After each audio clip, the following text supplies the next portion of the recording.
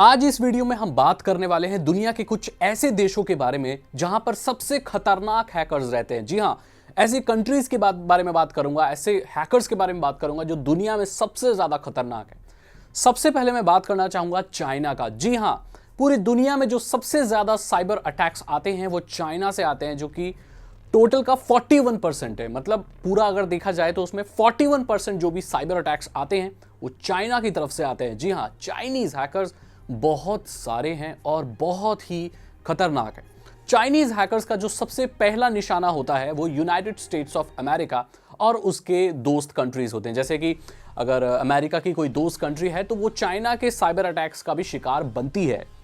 China हमेशा America के secret निकालने के लिए और लोगों को परेशान करने के लिए, वहां की सिक्योरिटी सिस्टम को वीक करने के लिए, वहां के डिफेंस डिपार्टमेंट को वीक करने के लिए आए दिन साइबर अटैक्स करता रहता है। और मैं आपको बता दूं कि इसमें आधे से ज्यादा साइबर अटैक्स गवर्नमेंट द्वारा कराए गए अटैक्स होते हैं, ताकि वो दूसरे देशों की और मुख्य तौर पर अमेरिका की सारी जानकारी अपने पास रख सके।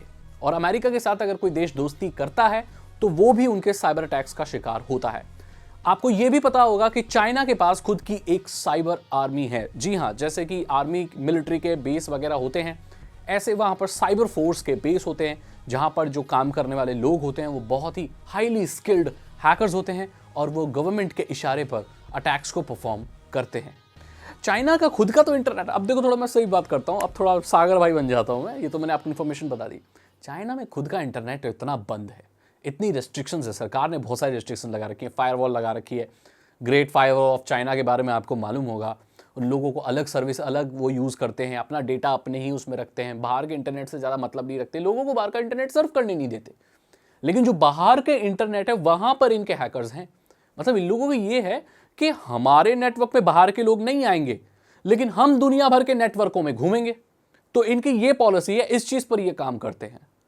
और मैंने आपको बता दिया। अब 2019 में एयरबस कंपनी के ऊपर भी अटैक परफॉर्म किया गया था, जो कि चाइना द्वारा था, चाइना की सरकार के द्वारा पावर था और चाइनीज हैकर्स ने किया था, ताकि वो उस विमान की और बहुत सारे जो विमान है उनकी सारी टेक्निकल डिटेल्स निकाल सके, कौन सा विमान कहाँ बिका है, कौन सी किसकी जानकारी है। कई बार तो ऐसा भी हुआ है कि व्हाइट हाउस की सिक्योरिटी को भी इन्होंने ब्रीच कर दिया है। तो ये काफ़ी खतरनाक हैकर्स होते हैं चाइनीज हैकर, जो कि सबसे ज़्यादा पाए जाते हैं। अब मैं बात करने वाला हूं अगली कंट्री की जहां से सबसे ज्यादा साइबर अटैक्स आते हैं चाइना के बाद। तो जी हां, आप सही सोच रहे हैं, वो है यूनाइटेड स्टेट्स ऑफ अमेरिका, जो कि दुनिया भर के सारे साइबर अटैक्स का 10% है। अब सोच रहे हैं अमेरिका तो बहुत फ्रेंडली देश है, अच्छा देश है, मैं मानता हूं बहुत अच्छा देश है, लेकिन वहां के हैकर्स बहुत खतरनाक है। और इस बात को भूलिए नहीं कि एनोनिमस जैसे खतरनाक ग्रुप की शुरुआत अमेरिका से हुई थी। क्या आपको पता है कि 2019 में डोनाल्ड ट्रंप ने ईरानियन वेपन सिस्टम के ऊपर साइबर अटैक का आदेश दिया था। वहां पर न्यूक्लियर वेपन या जो भी वेपन सिस्टम है उनको खत्म करने के लिए या उनको वीक करने के लिए अमेरिका ने साइबर अटैक किया था उनके ऊपर। मतलब इंटरनेट के थ्रू हैकिंग अटैक्स किए थे, ताकि उनके जो सिस्टम है वो रुक जाएं और उनके ठीक से काम ना करें, और वेपन सिस्टम जो न्यूक्लियर वेपन सिस्टम है वो भी बर्बाद हो जाएं। तो इससे पता चलता है कि वहाँ पर स्टेट पावर्ड हैकर्स हैं, मतलब गवर्नमेंट बैक्ड हैकर्स बहुत ज़्यादा अमेरिका में पाए जाते हैं। और अमेरिका एक ऐसा देश है जो कि ऐसे लोग हैं वहाँ पर जो अगर ज़्यादा पढ़े लिखे भी नहीं हैं, जिनको प्रोग्रामिंग की नॉलेज नहीं है। इस चीज़ को कंपेयर करूँगा मैं बाद में, लेकिन अभी मैं आपको बता दूँ कि अमेरिका में ऐसे लोग हैं कि अगर उनको प्रॉपर एजुकेशन नहीं भी है, लेकिन वो लोग स्किल्ड बहुत हैं। अमेरिका में जाकर आप देखोगे ना, ज़्यादातर लोगों के पास बैचलर्स नहीं है, और हमारे यहाँ पर बहुत सारे लोगों के पास बैचलर्स है। लोग बैचलर्स करते हैं, बीकॉम करते हैं, बीए करते हैं, बीएससी करते हैं। वहाँ पर ना पेपर एजुकेशन जो होनी चाहिए वो कम है, लेकिन लोग स्किल्ड ज़्यादा है। वहाँ के जितने भी हैकर्स आपको मिलेंगे, उनके बैकग्राउंड को आप देखोगे तो वो इतने पढ़े लिखे नहीं है, लेकिन उनकी स्किल बहुत है। तो वहाँ पर एक कल्चर ऐसा है हैकिंग का कि एक दूसरे से लोग जलते नहीं हैं, एक दूसरे को लोग सपोर्ट करते हैं। वहाँ पर कॉन्फ्रेंसेस होती हैं हैकर्स की, और कोई क्वालिफिकेशन नहीं पूछी जाती। ये नहीं पूछा जाता कि आपने क्या क्या हैक किया है, ये सब नहीं पूछा जाता। वहाँ पर बड़े बड़े कॉन्फ्रेंसेस होते हैं, जो साइबर सिक्योरिटी के जितने भी लोग हैं वहाँ इकट्ठा होते हैं और किसी भी हैकिंग अटैक या किसी भी नई वल्नरेबिलिटी के बारे में बात करते हैं। बाकी किसी भी देश में ये कल्चर देखने को नहीं मिलता, और अमेरिका में ये कल्चर बहुत ज़्यादा देखने को मिलता है। अब आपको पता होगा कि भाई एनोनिमस ने क्या क्या किया है, मुझे बोलने की ज़रूरत नहीं है, इसी से आपको आइडिया लग जाएगा। और बहुत छोटे छोटे ग्रुप्स अमेरिका से आते हैं, और कोई भी कंट्री ऐसे ही अटैक परफॉर्म नहीं करती, उनका डिफेंस सिस्टम भी अच्छा होता है तभी वो अटैक करते हैं। जिन लोगों के घर शीशे के बने होते हैं वो दूसरों पर पत्थर नहीं मारा करते, ये बात आपको भी मालूम है। दैट मीन्स अमेरिका का जो डिफेंस सिस्टम है, इनकी सीक्रेट एजेंसीज जो है साइबर वर्ल्ड में भी बहुत स्ट्रांग है, तभी वो दूसरे पर अटैक परफॉर्म कर रहे हैं ओपनली। जरा सोचिए इस चीज। अगली बारी है टर्की की। जी हाँ, टर्की का जो मतलब हैकिंग अटैक्स पूरी दुनिया पर आते हैं वो 4.7 है। मतलब दुनिया में जितने भी साइबर अटैक हो रहे हैं उसमें 4.7 लगभग टर्की से आते हैं। अब आप बोलोगे टर्की देश कहाँ सागर भाई, यहां तो रशिया होना चाहिए। रशिया के बारे में बाद में बात करूंगा, पर मैं टर्की के बारे में बात करता हूं। अभी कुछ सालों से, कुछ 1-2 सालों से टर्की के हैकर्स की एक्टिविटी बहुत बढ़ गई है।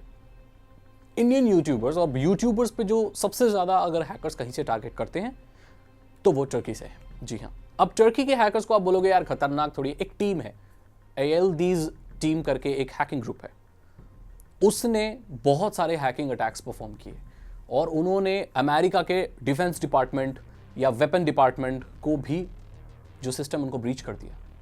आप ये बात मानेंगे नहीं, लेकिन 2015 में ALD's टीम ने एनोनिमस की वेबसाइट को हैक कर दिया, एनोनिमस ग्रुप की वेबसाइट को हैक कर दिया इन लोगों ने।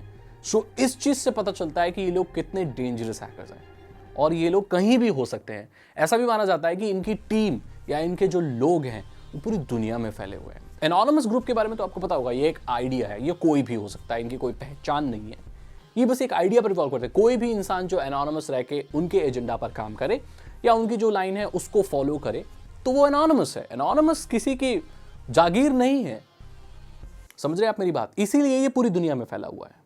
इसको अगर साइड में हटा दें तो ALD's टीम एक ऐसा ग्रुप है जिसके हैकर्स शायद पूरी दुनिया में फैले हुए हैं। वो लोग कौन हैं, कहाँ रहते हैं, क्या करते हैं, कोई नहीं जानता, लेकिन ये बहुत खतरनाक हैकर्स हैं।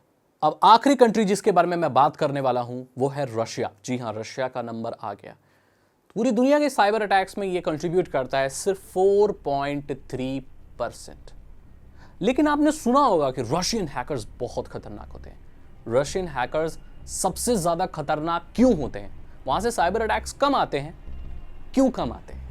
आप सोच रहे होगे, आपने ये पूरी लिस्ट में सोचा होगा कि सागर भाई सबसे पहले रशिया का नाम लेंगे, लेकिन रशिया का नाम मैंने लिया ही नहीं, लास्ट में लिया 4.3। अब बताता हूं मैं क्यों। यहां के जो हैकर्स होते हैं वो दुनिया की सबसे सिक्योर वेबसाइट को भी हैक करने की कैपेबिलिटी रखते हैं। दुनिया में आप पास्ट में देख लो, दुनिया के जितने भी सिक्योर नेटवर्क है, सबसे सिक्योर नेटवर्क को भी ब्रीच करने में सक्सेसफुल रहे हैं रशियन हैकर्स। जिस सिक्योरिटी को ब्रीच करने के बारे में हैकर्स सोच भी नहीं सकते, इन लोगों ने वो काम करके दिखाया है। रशियन हैकर्स की एक खास बात ये होती है कि इनकी प्रोग्रामिंग स्किल्स बहुत अच्छी होती है। कई बार ऐसा जरूरी नहीं होता कि जो अगर कोई बहुत अच्छा हैकर है तो उसकी प्रोग्रामिंग स्किल भी अच्छी हो, ये बहुत रेयरली देखने को मिलता है। थोड़ी बहुत प्रोग्रामिंग की नॉलेज रहती है, लेकिन एक हार्डकोर प्रोग्रामर नहीं रहते। लेकिन जो रशियन हैकर्स होते हैं इनकी प्रोग्रामिंग लैंग्वेज एक्सेलेंट होती है, बहुत अच्छी होती है। साइबर अटैक्स तो ये करते हैं, लेकिन साथ में इनको प्रोग्रामिंग की नॉलेज बहुत बढ़िया रहती है। और आपको पता है कि ये 4.3 मैंने क्यों बोला? क्योंकि ये अपने ट्रैक्स को इरेज करने में सबसे ज्यादा सक्षम है। ये लोग हैकिंग अटैक्स परफॉर्म करते हैं, सिस्टम में घुसते हैं, इंफॉर्मेशन निकालते हैं और अपने पीछे कोई ट्रैक नहीं छोड़ते, या ट्रैक भी छोड़ते हैं तो अपनी कंट्री का नहीं, किसी और का छोड़ते हैं। तो चुपचाप स्टेल्थ तरीके से जाकर सिस्टम को कॉम्प्रोमाइज करना सबसे अच्छे अगर कोई करता है तो वो रशियन हैकर्स करते हैं। इनको पकड़ पाना बहुत ज्यादा मुश्किल है। क्या आपको पता है कि व्हाइट हाउस के बहुत सेंसिटिव एरिया में ऑनलाइन या इनके नेटवर्क में भी रशियन हैकर्स पहुंच गए थे? रशिया और अमेरिका के जो संबंध हैं वो पास्ट में आप देखोगे तो कुछ खास अच्छे नहीं थे, और यही एक वजह है कि इन दोनों कंट्री के बीच में भी तनातनी चलती रहती है और साइबर स्पेस पे भी ये सब चलता रहता है।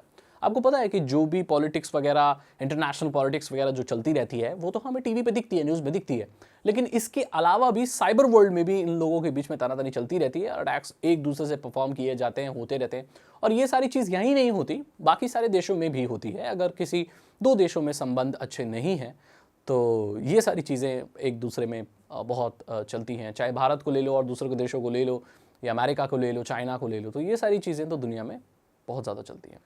CNN के रिपोर्ट के हिसाब से 2015 में व्हाइट हाउस की सिक्योरिटी को ब्रीच कर दिया था कंप्लीटली रशियन हैकर्स ने। ये CNN की रिपोर्ट है 2015 की। मैं आपको बता दूं, रशिया से जर्मनी, यूके, फ्रांस और बहुत सारी कंट्रीज पर हैकिंग अटैक्स परफॉर्म किए जाते हैं।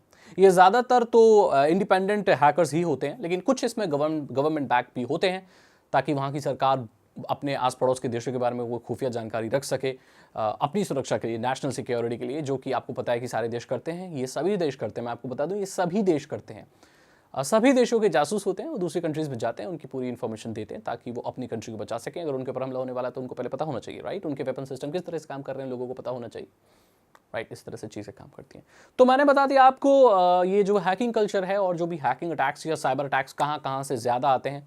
अब कुल मिलाकर इसको सम अप करें इसको, तो मैं आपको बता दूं सबसे खतरनाक हैकर्स जो हैं, जी हाँ, वो रशिया के ही हैं। यहाँ पर नंबर्स इसीलिए नहीं है क्योंकि वो ट्रैक ही नहीं होते, इसलिए ये सबसे लास्ट में है। लेकिन जिस तरह से एक्टिविटीज़ या जिस तरह से मेरा एक्सपीरियंस है उस हिसाब से मैं आपको बता सकता हूँ। रशिया एंड टर्की, ये ऐसे दो देश हैं जो बहुत डेंजरस हैकर्स निकालते हैं। चाइना के हैकर्स बहुत खतरनाक हैं, बट वो तादाद में ज़्यादा हैं।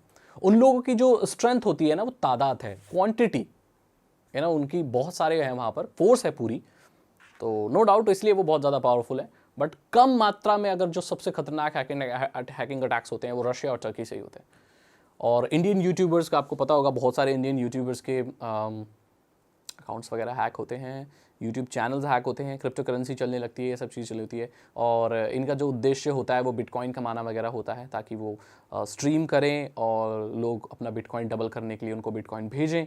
और बाद में ट्रैक भी नहीं हो सकता ना, बिकॉज बिटकॉइन को ऐसे ट्रैक करना it's very difficult, like almost impossible. और यही एक इसका माइनस पॉइंट है बिटकॉइन का, और यही इसका एक प्लस पॉइंट भी है। इट डिपेंड करता है कि आप बिटकॉइन को किस तरीके से इस्तेमाल कर रहे हो। इसीलिए भारत सरकार और बहुत सारे देश क्रिप्टो करेंसी को लीगलाइज करने में थोड़ा सा झिझकती है। ऐसी बहुत सारी कंट्रीज भी हैं जिन्होंने अपनी ऑफिशियल करेंसी घोषित कर दिया है बिटकॉइन को। ऐसे बहुत सारे आर्टिस्ट हैं जो बिटकॉइन में पैसे लेते हैं, और हमारे इलन चाचा भी आपको पता ही होगा कि बिटकॉइन से बोल रहे थे कि आप हमारी टेस्ला कार को खरीद सकते हैं। सो यार, ये टोटली डिपेंड करता है कि इस करेंसी को कौन एक्सेप्ट करता है, कौन नहीं करता, ठीक है, यही है। तो मैंने आपको बता दिया हैकिंग अटैक्स के बारे में और सबसे खतरनाक हैकर्स कौन सी कंट्रीज में मिलते हैं। अगर आप ऐसी वीडियो और चाहते हो और ज़्यादा जानना चाहते हो इन सब चीज़ों के बारे में, और मैं बात करूंगा इसके बाद, अगर ये वीडियो को अच्छा रिस्पॉन्स मिलता है, ज़्यादा व्यूज़ मिलते हैं, अब मुझे नहीं पता आप इस वीडियो को 2 बार देखो, 3 बार देखो, 4 बार देखो, आई डोंट नो, बट मुझे व्यूज़ चाहिए। अगर व्यूज़ अच्छे मिलते हैं, लाइक्स अच्छे मिलते हैं और कमेंट्स अच्छे आते हैं, तो मैं अब एक ऐसी सीरीज़ चला दूंगा जहां पर मैं दुनिया के जितने भी बड़े बड़े हैकिंग अटैक्स हुए हैं उनकी तह तक जाऊंगा, उनके बारे में बात करूंगा और आपको बताऊंगा कि दुनिया में सबसे बड़े बड़े हैकिंग अटैक्स कहां पर हुए हैं। अब आपको मैं बता दूं, ये कोई अच्छी चीज़ नहीं है, लेकिन ये खबर है, ये एक न्यूज़ है, ये इन्फॉर्मेशन है कि इतिहास में क्या हुआ था। और ये बताना तो बहुत अच्छी बात है, ताकि लोगों को जी के उनका जनरल नॉलेज बढ़े कि कौन सी कंट्री में कहाँ क्या हुआ था, राइट। आपको ये वीडियो अच्छी लगी तो इसे लाइक करें, अपने दोस्तों के साथ शेयर करें। ये कॉन्सेप्ट आपको कैसा लगा मुझे डिस्क्रिप्शन में इथिकल हैकिंग कोर्स देखने के बाद कमेंट कर देना, वो बता देना, ठीक है। तो डिस्क्रिप्शन में इथिकल हैकिंग कोर्स है, 299 रुपीज़ में मैं आपको इथिकल हैकिंग सिखा दूंगा, जो कि पूरी दुनिया में एक लीगल प्रोफेशन होता है, ये गैर कानूनी नहीं होता। यहाँ पर मैं आपको सिस्टम को बचाना, इथिकल हैकिंग को समझना, मतलब लीगल तरीके से हैकिंग को समझना सिखाता हूँ। आप सीख सकते हैं सिर्फ 299 रुपीज़ में। जरूर चेक करें डिस्क्रिप्शन को और कमेंट में मुझे अपनी राय दें। चैनल को सब्सक्राइब करें, ये बिल्कुल फ्री है, इसके लिए आपको कोई पैसे देने की ज़रूरत नहीं है। बस बटन दबाइए सब्सक्राइब का और बेल आइकन प्रेस करके ऑल नोटिफिकेशन ऑन कर दीजिए। मैं मिलता हूँ आपसे अगली वीडियो में। Thank you so much and good bye.